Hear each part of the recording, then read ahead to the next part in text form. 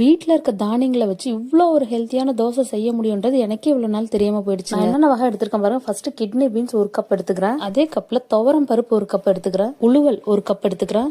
பச்சை பயிறு 1 கப் எடுத்துக்கிறேன். இது சோளங்க, செஞ்சோளம். சோளம்ல 2 வகை இருக்கு. நான் எடுத்துக்கிற செஞ்சோளம். எங்க ஊர்ல இது பேர் தலனை கொட்டாங்க. இதை 1 கப் எடுத்துக்கிறேன். சில பேர் காராமணி, தட்டைப்பயிர்னு சொல்லுவாங்க. உளுந்து வந்து கருப்பு உளுந்து எடுத்துக்கிறேன். அது வந்து தோல் எடுக்கிறதுக்கு கொஞ்சம் நிறைய நேரம் ஊறணும், அதனால அது தனியா ஊற வச்சு. வெந்தயம் மட்டும் தாங்க ஸ்பூன்ல எடுத்துக்கிறேன். அது 1.5 ஸ்பூன். மற்றது எல்லாமே ஒரே பவுல்ல தான் எடுத்தேன். இது கூட மூக்குக்கல்ல ஆட் பண்ணிக்கிறேன். எல்லாத்தையுமே நல்லா வாஷ் பண்ணிட்டு தண்ணி ஆட் பண்ணி ஒரு நாள் நைட்டு ஃபுல்லா இதை ஊற விட்டுறணும். கொஞ்சம் பெரிய பாத்திரத்துல ஊற வைங்க. நான் இதுல ஊற வைக்கும் போது கொட்டை எல்லாம் ஊறினது உப்பிருச்சு. இது பத்தல.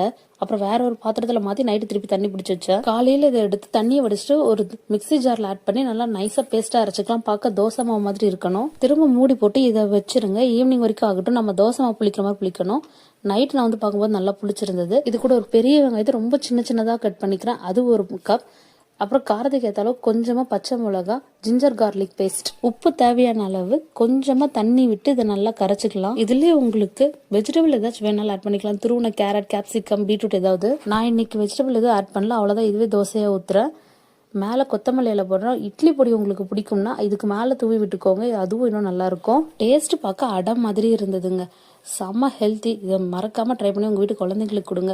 இதுக்கு சட்னி இருந்தாலும் நல்லா இருக்கும். ஆனால் நான் சாஸ் வச்சிருக்கேன். எதுவும் இல்லாமல் அப்படியே பிளைனாகவும் இதை சாப்பிடலாம். ட்ரை பண்ணிட்டு எப்படி இருக்குன்னு சொல்லுங்க.